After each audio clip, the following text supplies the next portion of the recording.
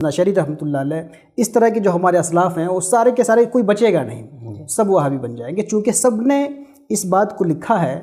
کہ فاسق و فاجر کے پیچھے نماز ہو جائے گی۔ دراصل مسئلہ دو ہے، ایک ہے فاسق و فاجر کے پیچھے نماز کے جواز کا مسئلہ، دوسرا ہے فاسق و فاجر کو امام بنانے کا مسئلہ۔ یہ دو چیزیں ہیں، عموماً طور پہ دونوں کو لوگ خلط ملط کر دیتے ہیں، اس سے کنفیوژن کریٹ ہوتا ہے اور عوام جو ہے غلط فہمی میں مبتلا ہو جاتی ہے، اور عوام سے مراد خاصی پڑھے لکھے مولوی حضرات بھی اس میں غلط فہمی میں مبتلا ہو جاتے ہیں۔ کسی بھی فاسق و فاجر کو امام بنانا جائز نہیں ہے، یہ بہت کلیئر مسئلہ ہے۔ دوسری طرف ہر فاسق و فاجر کے پیچھے نماز پڑھنا جائز ہے۔ ابھی یہ دو طرح کا مسئلہ ہو گیا، آپ کہیں گے اس میں کنٹرڈکشن ہے، تضاد ہے، کوئی تضاد نہیں۔ اس کا مطلب یہ ہے، علماء نے جو اس کی تشریح کی ہے وہ تشریح یہ ہے کہ جہاں پر آپ کا اقتدار ہے، جو امام آپ کے اقتدار کے تابع ہے، جو مسجد آپ کے کنٹرول میں ہے، وہاں آپ کے لیے جائز نہیں ہے کہ آپ کسی فاسق و فاجر کو، گمراہ کو آپ امام بنائیں، چونکہ متقی پارسا ہوتے ہوئے، اہل سنت کے لوگوں کو ہوتے ہوئے فاسق و فاجر کو بنا رہے ہیں، گمراہ کو بنا رہے ہیں، تو یہ بہت بڑی خطا ہے، بہت بڑی چوک ہے، یہ آپ کے لیے جائز نہیں ہے۔ امام بنائیے، کوشش کیجئے کہ اہل سنت کا ہو، زیادہ سے زیادہ متقی پارسا ہو، ضعیف ہو، تو جہاں پہ آپ کا کنٹرول ہے وہاں پہ جائز نہیں کہ آپ فاسق و فاجر کو بنائیں۔ لیکن مسئلہ اس کا نہیں کہ جہاں پہ آپ کا کنٹرول ہے، مسئلہ اس کا ہے جہاں پہ آپ کا کنٹرول نہیں ہے۔ مثال کے طور پہ حرمین طیبین کی بات کریں کہ اس وقت حرمین طیبین ایک گورنمنٹ کے تحت چل رہی ہے، وہاں پہ آپ کا کون سا ادھیکار ہے، کون سا اختیار ہے کہ آپ جا کے وہاں پہ امام چینج کر دیں گے؟ تو وہاں پہ آپ کا کام امام چینج کرنا نہیں ہے، بلکہ آپ کو نماز پڑھنا ہے۔ اس کی وجہ یہ ہے کہ اہل سنت کے تمام علماء نے اس بات کو بہت وضاحت سے لکھا ہے کہ جہاں پہ فاسق یا فاجر یا گمراہ امام ہو اور اس کو ہٹانا ممکن نہ ہو، تو دو آپشن ہوتا ہے کہ یا تو اس کے پیچھے آپ نماز پڑھ لیں یا اس سے ہٹ کے نماز پڑھیں۔ ہمارے ائمہ نے اس بات کی صراحت کی ہے کہ اہل سنت کا طریقہ یہ ہے کہ ان کے پیچھے نماز پڑھ لی جائے، چونکہ اس کو ہٹا نہیں سکتے، مجبوری ہے، اور جماعت میں انتشار اور افتراق پیدا کرنا یہ گمراہوں کا طریقہ ہے۔ تو ہمارے ائمہ نے اس بات کی وضاحت اور تفصیل کی ہے، جس کی تفصیل خود فتاوی رضویہ میں موجود ہے۔ فتاوی رضویہ میں النہی العقید کے اندر یہ تفصیل موجود ہے کہ اہل سنت کا طریقہ کار یہ ہے کہ اس کے پیچھے نماز پڑھ لیتے ہیں، لیکن گمراہوں کا طریقہ کار یہ ہے کہ وہ جس کو گمراہ سمجھتے ہیں اس کے پیچھے نماز نہیں پڑھتے ہیں۔ دراصل گمراہوں کے یہاں تقسیم صرف مومن اور کافر کی ہے، وہ یا تو ان کے نزدیک کوئی مومن ہوتا ہے یا کافر ہوتا ہے، لہٰذا گمراہوں کا طریقہ یہ ہوتا ہے کہ اپنے فرقے اور جتھے کے علاوہ سارے فرقوں کو کافر کہتے ہیں، اس لیے کسی کے پیچھے نماز نہیں پڑھتے، وہ کہتے ہیں کہ ہمارے علاوہ سب کافر ہیں، ہم ان کے پیچھے نماز نہیں پڑھیں گے۔ لیکن اہل سنت کے یہاں تین گروپ ہیں، مومن، گمراہ اور کافر۔ تو جو اہل قبلہ ہیں، جو نماز روزے کے قائل ہیں، نماز روزے پہ کاربند ہیں، ضروریات دین پہ کاربند ہیں، اہل سنت جو ہے ان کو کافر نہیں کہتے، گمراہ کہتے ہیں، اس لیے ان کے پیچھے نماز جہاں پہ مجبوری ہے وہاں اس کے پیچھے نماز پڑھنے کو جائز قرار دیتے ہیں، اور اس کی گمراہیت کی وجہ سے یا اس کے فسق و فجور کی وجہ سے وہاں سے نماز نہ قائم کر کے اپنی 1.5 انچ کی جماعت الگ بنا لینے کو، یہ دراصل افتراق فی الدین ہے، جس سے قرآن پاک میں، حدیث پاک میں منع کیا گیا ہے۔ اس لیے خانقاہ عارفیہ سے اگر یہ فتویٰ ایشو ہوا کہ فاسق و فاجر کے پیچھے نماز جائز ہے، تو یہ تو بالکل وہی مسئلہ ہے جو ہمارے متقدمین کا مسئلہ ہے، کوئی نیا مسئلہ جاری نہیں ہوا۔ نیا اس لیے لگ رہا ہے کہ نئی گمراہیاں ہمارے معاشرے میں ایسی پھیل گئی ہیں کہ یہ اتنی عام ہو چکی ہیں کہ اس کی وجہ سے جو ہمارا پرانا مسئلہ تھا یہی غریب ہو گیا ہے۔ یہ جب نئے فیشن چلتے ہیں نا، اور نئے فیشن جب رائج ہو جائے اس کے بعد کوئی پرانا فیشن پہن لیجئے تو پرانا فیشن خود نیا فیشن بن جاتا ہے۔ تو ہماری بات کچھ لوگوں کو نئی اس لیے لگ رہی ہے کہ چونکہ آج کل کچھ نئے فتوے، نئے نظریات مارکیٹ میں رائج ہو چکے ہیں، اس لیے خانقاہ عارفیہ کا جو فیصلہ ہے یہ وہابیت کا اس سے تعلق نہیں ہے، اہل سنت کا قدیم متفقہ یہی فیصلہ ہے۔ خود ماضی قریب میں اعلیٰ حضرت فاضل بریلوی رحمۃ اللہ علیہ کا یہی موقف ہے کہ اگر کوئی گمراہ ہے تو اس کے پیچھے نماز پڑھی جائے گی۔ ہاں، اگر آپشن موجود ہے، دو مسجد ہے، ادھر ایک گمراہ کی مسجد ہے، ادھر سنی کی مسجد ہے، ادھر فاسق امام ہے، ادھر متقی امام ہے، تو آپ کے پاس آپشن موجود ہے، آپ جا کے نماز پڑھیے۔ لیکن یہ جائز نہیں ہے کہ جہاں پہ آپشن نہیں ہے آپ جماعت چھوڑ دیں، کیونکہ جماعت چھوڑنا یہ گمراہوں کا طریقہ ہے۔ ایک بات یہ ہو گئی۔ دوسری بات 3 طلاق کے مسئلے کی جو بات ہے، ایک مجلس کی 3 طلاق ایک ہوتی ہے، یہ مسئلہ شیخ ابن تیمیہ کی ایجاد ہے، اور شیخ ابن تیمیہ نے جب یہ مسئلہ لکھا تو ان کے زمانے کے تمام حنفی، شافعی، مالکی، حنبلی، سنی علماء نے اس مسئلے کا رد کیا اور اس کا تسلسل آتا رہا۔ لیکن حالات بدلنے سے فقہ کا ایک قاعدہ ہے کہ تتغیر الاحکام بتغیر زمان والمکان، زمان اور مکان اور حالات کی تبدیلی سے بعض مسائل جو اجتہادی نوعیت کے مسائل ہوتے ہیں وہ بدل جاتے ہیں۔ اور ظاہر سی بات ہے یہ طلاق ثلاثہ کا مسئلہ بھی اجتہادی نوعیت کا مسئلہ ہے، جس پر ائمہ اربعہ کا اتفاق ہے کہ 3 طلاق جو ایک مجلس کی ہو وہ 3 ہوتی ہے، ایک نہیں ہوتی ہے۔ اس لیے قدیم زمانے سے اہل سنت کا موقف یہی تھا کہ 3 طلاق جو ایک نشست میں دی جائے وہ بھی 3 ہو جائے گی۔ اس کے برخلاف شیخ ابن تیمیہ، جن کو وہابیت کا بانی کہا جاتا ہے، انہوں نے یہ نظریہ پیش کیا کہ نہیں، 3 طلاق جو ایک مجلس میں ہوتی ہے وہ 3 نہیں ہوتی ہے بلکہ ایک ہی ہوتی ہے۔ تو یہ شیخ ابن تیمیہ کا موقف تھا۔ اب اصل میں جو آپ کا سوال ہے، اس مسئلے سے خانقاہ عارفیہ کا تعلق کیا ہے؟ آپ کہیں گے کہ ایسا کیسے ہو سکتا ہے کہ بغیر آگ کے دھواں نکل جائے، کچھ نہ کچھ تو بات ہوگی۔ تو ہاں، ایک بات ہے جس کی طرف وضاحت میں کر دوں۔ ہوا یہ کہ آج سے 3 سال پہلے، 3 سال 3.5 سال پہلے، جب 3 طلاق کا مسئلہ ہندوستانی عدالت میں زیر بحث تھا، اس پہ بڑی بحثیں ہو رہی تھیں، اور یہ تھا حکومت کا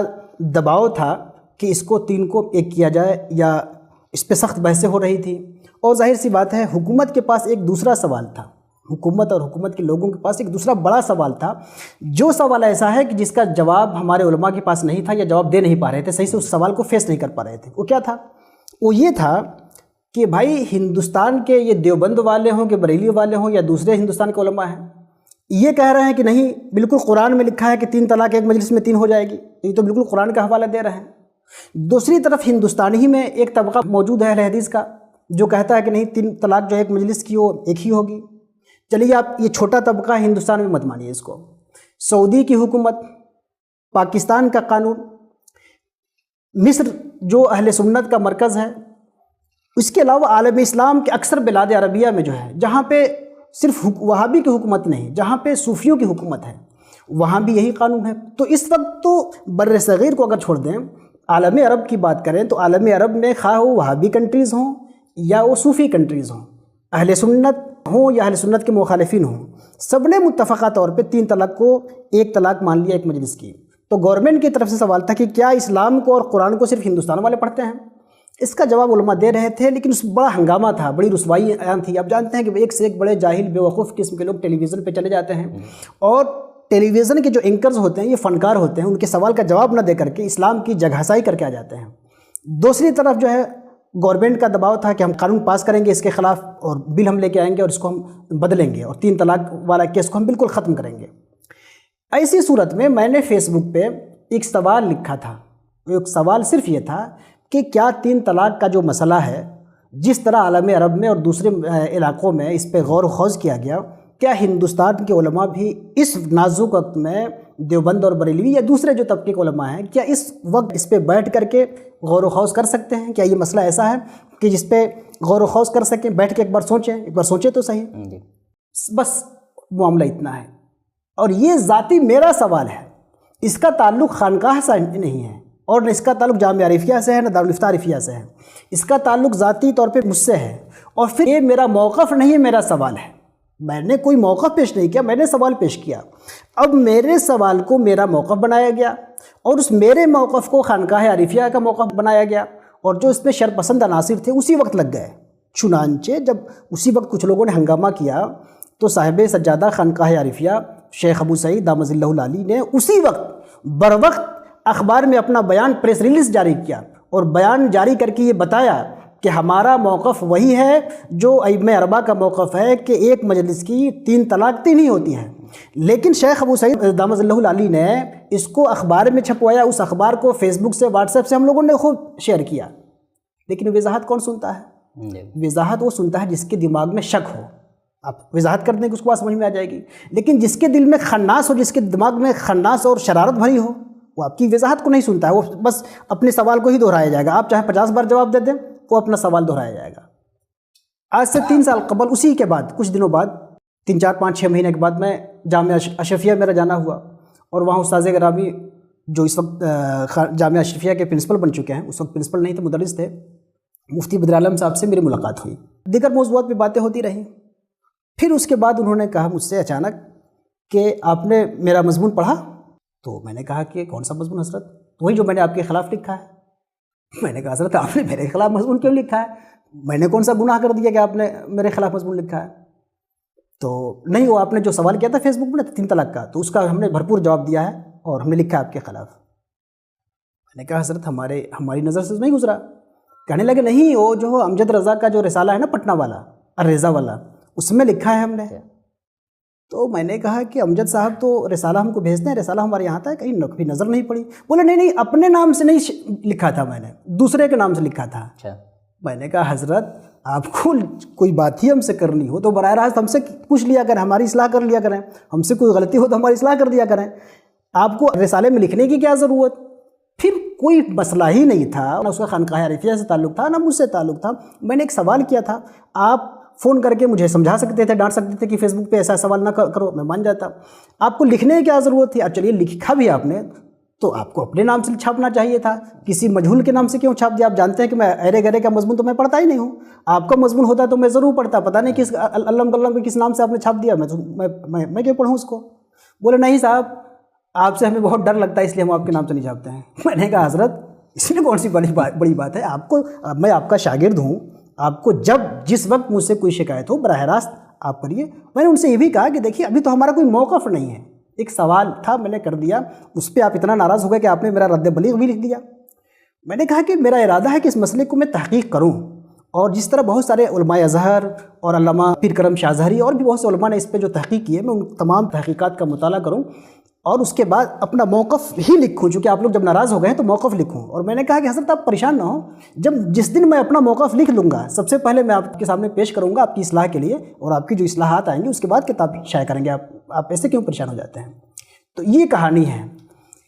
جو اقتداء کا مسئلہ ہے، فاسق و فاجر کے پیچھے اقتداء کا مسئلہ ہے، یہ خالص اہل سنت کا مسئلہ ہے۔ اس کے خلاف اگر کوئی ہنگامہ کر رہا ہے وہابیت کا تو دراصل وہ سنی ہے ہی نہیں، وہ کوئی فرقہ ہے۔ اور طلاق ثلاثہ کی بات کریں تو خانقاہ عارفیہ کا وہی موقف ہے جو ہم نے بتایا، جو ہمارے متقدمین کا موقف ہے۔ میرا بس ایک سوال تھا، اس سوال کو میرا موقف، پھر اس موقف کو خانقاہ عارفیہ کا موقف بنا دیا گیا، یہ کل حقیقت ہے۔ اب اس کی بنیاد پہ کوئی ہنگامہ کر رہا ہے تو آپ سوچ سکتے ہیں کہ اس کے دل میں اور دماغ میں کتنے جراثیم بھرے پڑے ہیں۔ ایک اور چیز کی وضاحت فرما دے کہ ہندوستان کی سطح پہ جو اہل سنت و جماعت کی معروف شناخت ہے اور خانقاہ عارفیہ کی جو اپنی علمی اور عملی خدمات ہے، شاہ صفی اکیڈمی کے ذریعے یا جامعہ کے ذریعے یا خانقاہی رسومات کے ذریعے، یہ کہاں تک اس معروف اہل سنت کے شناخت سے موافق یا مخالف ہے؟ اس پہ ذرا کچھ۔ میں تو کہا کہ یہ ایک جو فکر کی بات کریے گا خانقاہ عارفیہ کی، روایت اور طریقہ کار کی بات کریے گا تو یہ قدیم خانقاہوں کی روایت میں ہے، اس میں تو ہمیں تو کوئی چیز نظر نہیں آئی۔ اگر آپ کوئی چیز نشاندہی کریں اور بتائیں کہ یہاں پہ کیسا ہے، کوئی چیز ہمیں آپ دکھائیں کہ یہ اہل سنت کے خلاف ہے تو مجھے وضاحت کرنے کی ضرورت پڑے، چونکہ میں تو خود یہاں پہ 2007 سے اس خانقاہ سے وابستہ ہوں اور 2012 سے اب 21 آ گیا، یعنی تقریباً 10 سال سے مستقل طور پہ مقیم ہوں۔ مجھے تو کوئی یہاں کی فکر یا کوئی عمل اہل سنت کے خلاف نظر نہیں آیا۔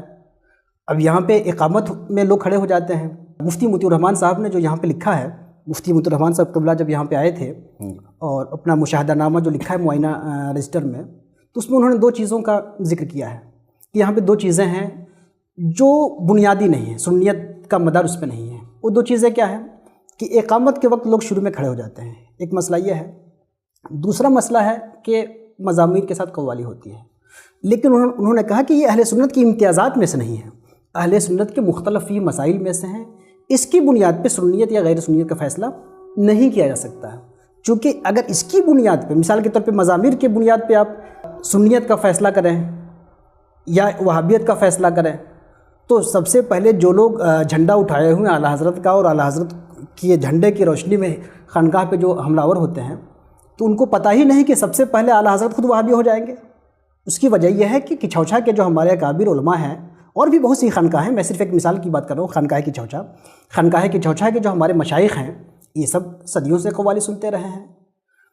اعلیٰ حضرت کا جو سلسلہ ہے برکاتیہ والا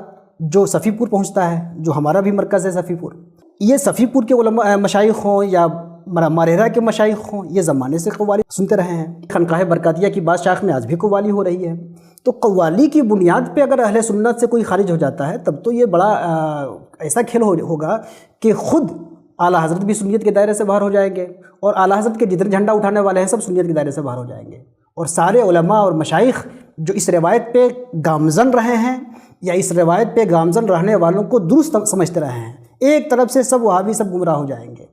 اور آپ جانتے ہیں کہ گمراہیت کے ڈیفینیشن میں سے ایک یہ بھی ہے کہ تدلیل الکل دلالہ، سب کو گمراہ کرنے والا خود گمراہ ہوتا ہے۔ تو جو لوگ یہ اس طرح کے مقدمہ بازی کر رہے ہیں، جو لوگ اس طرح کے اصول بنا رہے ہیں گمراہیت کے اور سنیت کے، کہ ان کی نظر میں سب گمراہ ہو جائیں، تو ایسے لوگ خود شدید گمراہیت میں مبتلا ہیں۔ اور آپ بات کریے گا شروع میں کھڑے ہونے کی بات، تو یہ مسئلہ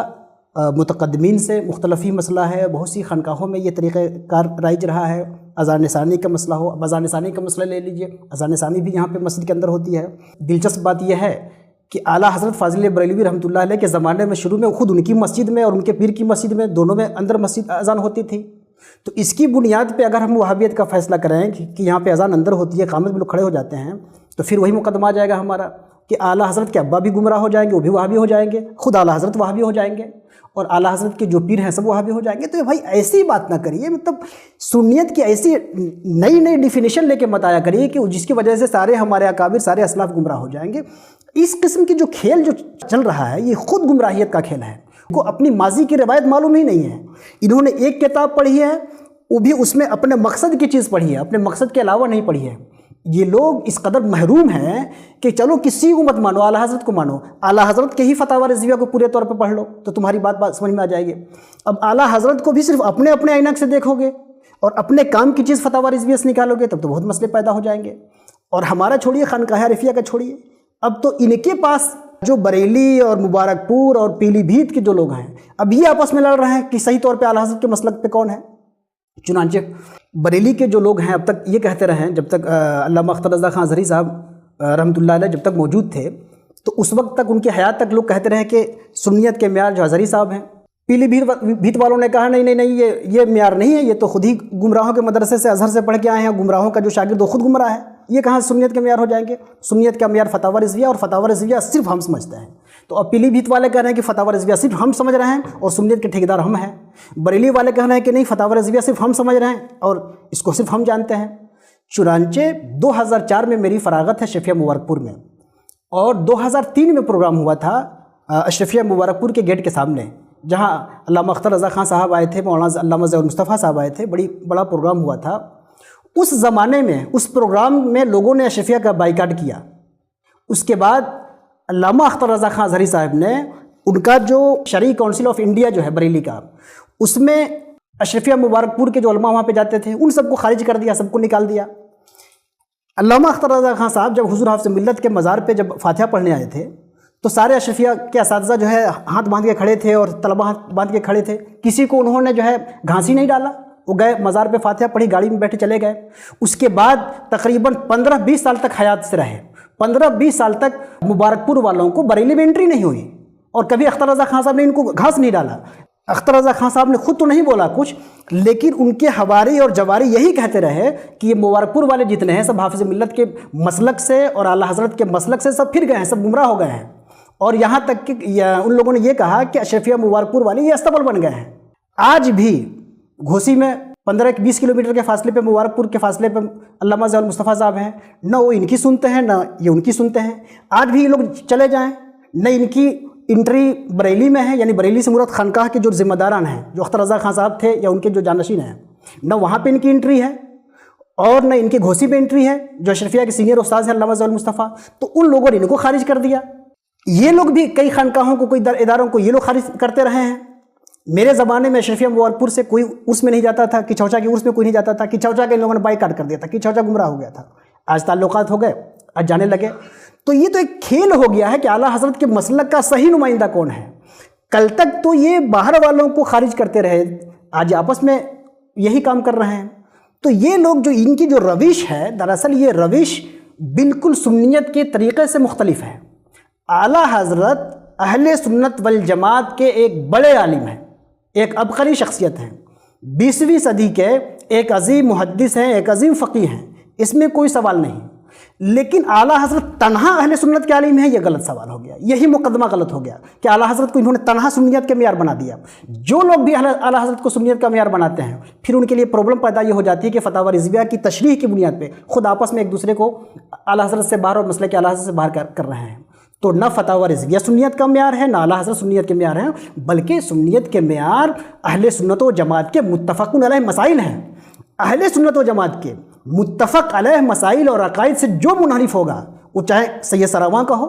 چاہے بریلی کا ہو، چاہے کچھوچا کا ہو کہ مبارک پور کا ہو، سب گمراہ ہوں گے۔ اور اہل سنت کے متفقہ مسائل اور عقائد و نظریات سے جو متفق ہوگا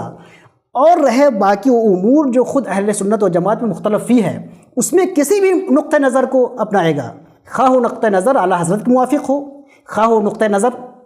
تاج الشریعہ اختر رضا خان صاحب کے موافق ہو، خواہ وہ نقطہ نظر اشرفیہ مبارک پور کے دارالفتہ کے موافق ہو یا ان کے مخالف ہو، اس کے باوجود وہ سب لوگ سنی رہیں گے۔ سنیت کا دائرہ وسیع ہے،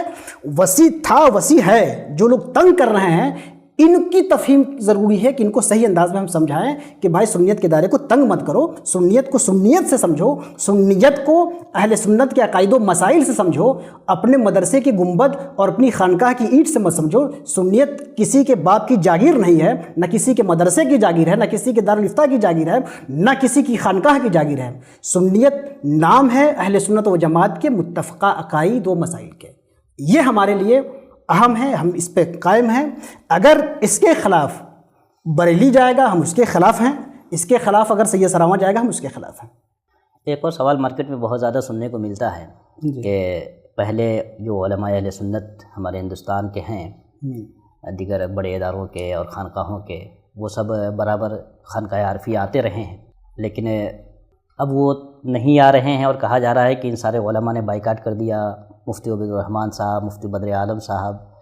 اور عبید اللہ خان صاحب، یہ سب لوگ جاتے رہے، اب کوئی نہیں آتا ہے۔ ان سارے لوگوں نے، علماء الہ آباد وغیرہ سب لوگوں نے بائیکاٹ کر دیا ہے۔ تو اس کی حقیقت کیا ہے؟ کیا ایسا صحیح ہے کہ سب لوگوں نے بائیکاٹ کر دیا اور سب لوگوں نے آنا چھوڑ دیا ہے؟ دیکھیے، سب لوگوں نے آنا چھوڑ دیا ہے اور سب لوگوں نے بائیکاٹ کر دیا ہے،